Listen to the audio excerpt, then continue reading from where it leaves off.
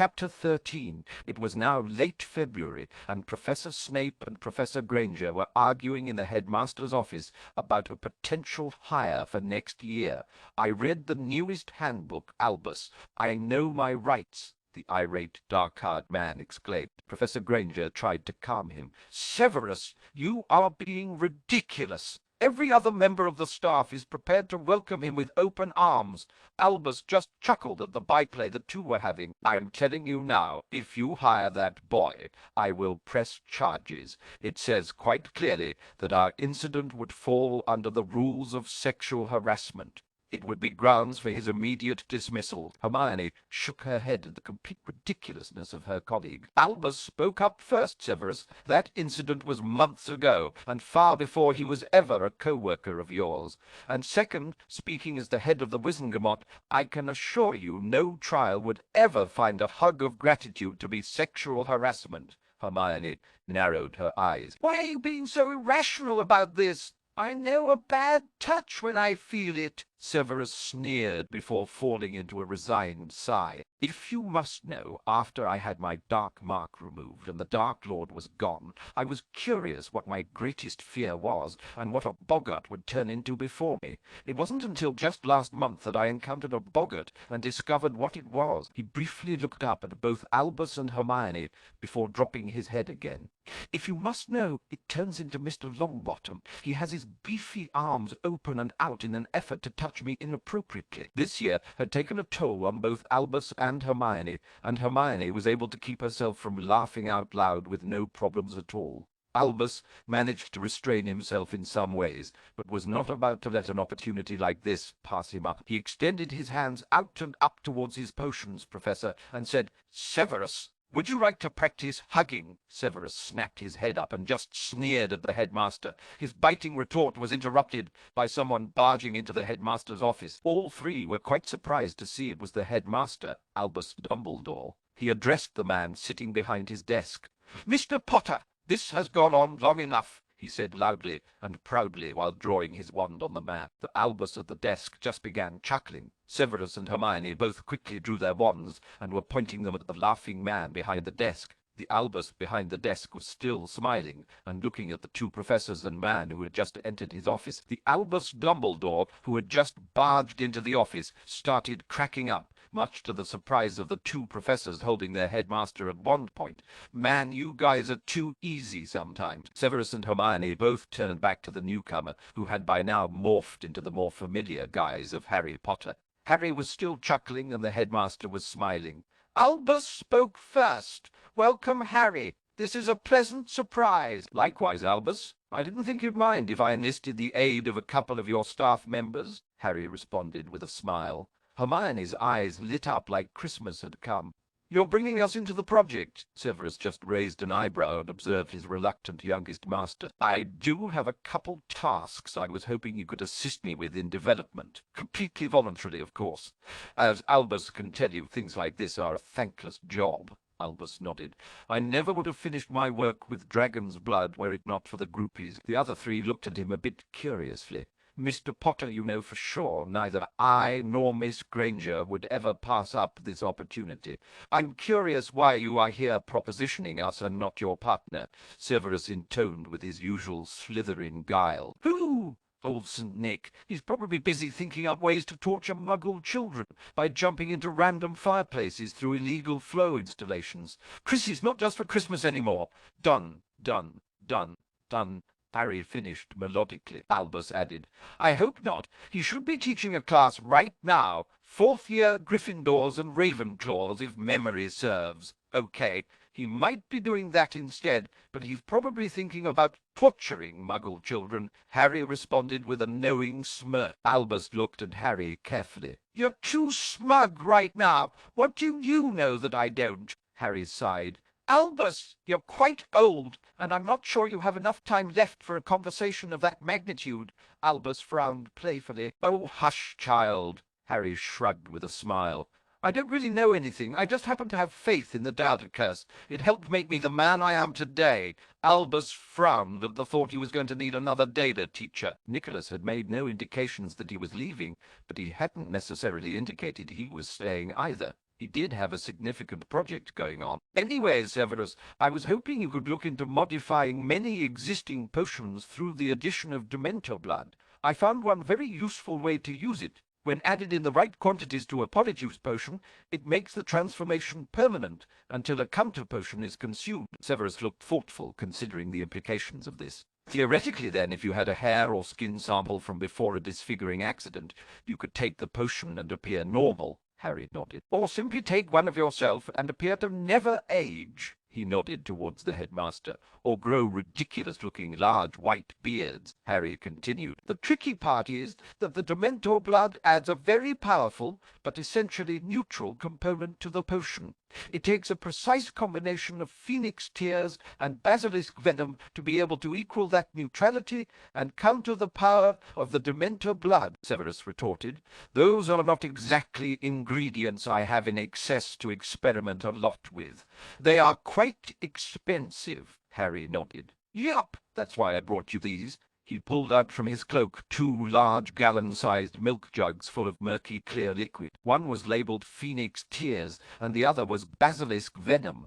Albus looked at the size of them. Good Lord, you drained a few dozen of them dry. Harry just rolled his eyes. If you need anything else, or large quantities of other materials for experimentation, just let Nicholas know. I can often find the necessary resources when asked. Severus nodded and was eager to begin. He grabbed the 2 jugs of Phoenix Tears and Basilisk Venom and began to head out of the office. Harry cleared his throat, and Severus turned back with a curious look on his face. Harry raised an eyebrow. Aren't you forgetting something? Severus looked down and saw he had the venom and tears and couldn't think of anything else. Harry rolled his eyes and pulled out 2 more gallon-sized jugs containing the black liquid entitled Dementor blood. Severus looked ashamed and said, "Oh, right. Sorry." Harry smirked. "Sorry? You say sorry." He just shook his head. "What happened to you?" Severus scowled and sneered in his more familiar manner and took his jugs of Dementor blood as well. As he was departing eagerly to his dungeons, he heard Mr. Potter yell out a parting complete secrecy on your work. Feel free to include Professor Malfoy, but complete secrecy for both of you on this. Harry was chuckling when he heard a yelled back, "Yeah, yeah!" Hermione was nearly bouncing in her chair, waiting for her assignment. "All right, Hermione, and you, I would like to be in charge of my morning coffee," Harry said with a straight face. "I do not want black. I like cream, and I like sugar, but in the proper amount." That was as far as Harry got before Hermione had punched him in the shoulder so hard he whimpered. "Egads, woman! Fine! See if I stick my wand up the nose of the next person to attack you," Harry pouted playfully. "Come on, Harry! Give me some Dementor blood! Tell me what to focus on! Study! Study! Study!" Hermione whined. Harry turned to Albus. "Does Mensa have cheerleaders encouraging people at meetings?" Albus shook his head. "Not anymore. There was an incident, and part of my plea bargain includes being unable to discuss this any further." Harry snickered. Hermione looked horrified, confused, and unable to tell if the headmaster was being serious. "All right, Hermione, I've worked out some of the basic arithmetic implications of Dementor blood, but I thought you would like to completely map it out. Primarily, I need to determine the limitations on its storage abilities, and honestly, if there are any limitations, including degradation, over time. I haven't looked into whether there was any ancient research on the subject, since we're not sure when the Dementors first showed up, but it might be worth consulting your old grocery list, just in case." Hermione was tired of feeling guilty for that, and just nodded. Harry handed her a notebook and a vial of the blood. "I doubt you will need even this much of a physical sample, but Nicholas can get you more. The notebook is linked with one of mine in a way similar to the magical tome of Alexandria. My notes are accessible to you when I choose them to be, and yours will be accessible to me when you commit them. There is also a linking charm allowing written conversations on occasion. If you need to speak with me, commit a note requesting a date and time, and we can talk that way." Harry smiled at his friend and said, "Good afternoon, Hermione. Albus, I'm afraid I must be going." Harry noticed a familiar dish on a shelf. "Hey, Albus! Did you not like the hot tamales?" Albus raised an eyebrow. "Hot tamales?" "Yeah, hot tamales." The candy in the never-ending dish I had Peeves give you. I find them to be scrumptious and thought you might appreciate them as an alternative to the tasty sensations of the lemon drops. Albus' eyebrows jumped and he smiled. I never even realized it was another self-filling dish. It has more uses than protecting the family jewels, you know, Harry added. Albus blushed and nodded. Later, guys. And definitely hire Neville. He'll be brilliant, I'm sure of it. And after he accepts the position, tell him about Severus's boggart. That's too much irony for Neville to discover naturally. He might burst, and the annoyingly common wink, finger snap and pop, and Harry was gone once again. Wellesley Tonks had grown impatient. There had been many minor pranks, and she had been fondled under mysterious circumstances more times than she could count. She had met up with Hermione and Nicholas a number of times, and they had no leads at all towards Harry. Tonks knew that Hermione was doing some work on Harry and Nicholas's project, and that she had a way to contact him. She met up with Professor Granger and Professor Flamel. "All right, guys. I know you can contact him, Hermione, and you can help us set the trap, Nicholas. We need to knowingly draw him here, and leave it up to me to subdue him." Hermione raised an eyebrow. "Subdue him? How are you planning to do that? It seems unlikely a stunner or just about anything magical would work." Nicholas nodded. "I'm curious what method you intend to use as well." Tonks looked pensive and serious. "If magic doesn't seem to work, I'll do it the Muggle way." She smiled brightly. "I'll snog him senseless." Hermione just guffawed at her friend. Nicholas nodded his head. "You know that just might work. Actually, it's worth a shot." Hermione looked at Nicholas. "All right, so how do we get him here?" Nicholas was thinking. "We need a reason for him to be present. And it cannot be research you have done, Hermione, because that would just be transmitted through the journals. Perhaps we should mention we have something he needs to see. A demonstration of sorts. It should be project-related, but nothing that can be communicated through notes and analysis." Tonks nodded eagerly. "We only need to make him think there's something to see. We don't have to actually have something." Hermione nodded. "True, but it has to have enough basis in fact to draw him out," Nicholas was thinking. "Perhaps something discovered by accident. You spilled a drop of your vial somewhere, and something miraculous happened." Tonks thought and said, "Maybe it's a delicious seasoning for cooking." Hermione and Nicholas both looked at her and understood why she was not part of the research team on this project. "Interesting, but not quite what we're looking for." They all sat in silence for a while, and Nicholas suggested, "Perhaps we should make no mentions, but merely allude to the fact that this is something he needs to see to be able to understand. Giving no reason will be more effective than a poor reason." They made a plan for the Saturday before Easter. The three of them made sure to make no mentions of the plan to anyone else. Nicholas was to back up Hermione's claims that this was something Harry needed to see, and then it was up to Tonks and her feminine wiles to trap and control the feisty boy. Saturday morning found Hermione having a discussion through her book with Harry, asking him to come by so he could see something revolutionary. Harry agreed, and mentioned he had to run a couple errands, but that he would come by her office at 3:00 p.m. Nicholas and Hermione were relaxing at her desk when precisely at 3 o'clock there was a knock on the door. Professor Snape entered and noticed Tonks crouched in the corner waiting to spring. He looked over at the two other professors, pointed at the odd caretaker, and asked, "What's Tonky doing?" Tonks took that as all the proof she needed, and she tackled the greasy man to the floor and began snogging him and rubbing up against him for all she was worth. The slightly horrified potions professor gave in to her ministrations and began to snog her back just as forcefully. A curious Harry Potter walked into the room, noticed Tonks on the floor, making up with Professor Snape, and just raised his eyebrows and muttered, "I'll come back later." He swiftly left the room and disappeared. An absolutely horrified Tonks leapt off the greasy man and began casting spells to cleanse her mouth. A frustrated Snape narrowed his eyes and angrily muttered, "Tease." Tonks yelled, "Severus!" before she started gagging and casting water spells into her mouth and on her face. Snape rolled his eyes. "I've been trying to be nice to people, and every time I get called that in return." Snape finally stood up and looked at the other three people. He was wiping excess fruity-smelling lip gloss off his face and said, "You know, I never even considered it as a seasoning for cooking." He smiled and smirked, "And not even I would subject my little Tonky to snogging Severus." A familiar wink, and he disappeared with a pop. Tonks stopped casting water spells into her mouth and smiled a bit at being his little Tonky. Nicholas quickly looked at both girls. How did he know that? We were in my room. My room is safe from listening charms and bugs, even those created with the new Dementor blood. One of us had to have told him somehow. Hermione shook her head. He knew exactly what we were doing the whole time. My goodness! It's like the never-ending cheek. I feel like we've been permanently cursed to be unable to find him. Nicholas was still upset. Which of you discussed the plan in insecure areas? He should not have been able to figure this out. Hermione and Tonks were shaking their heads.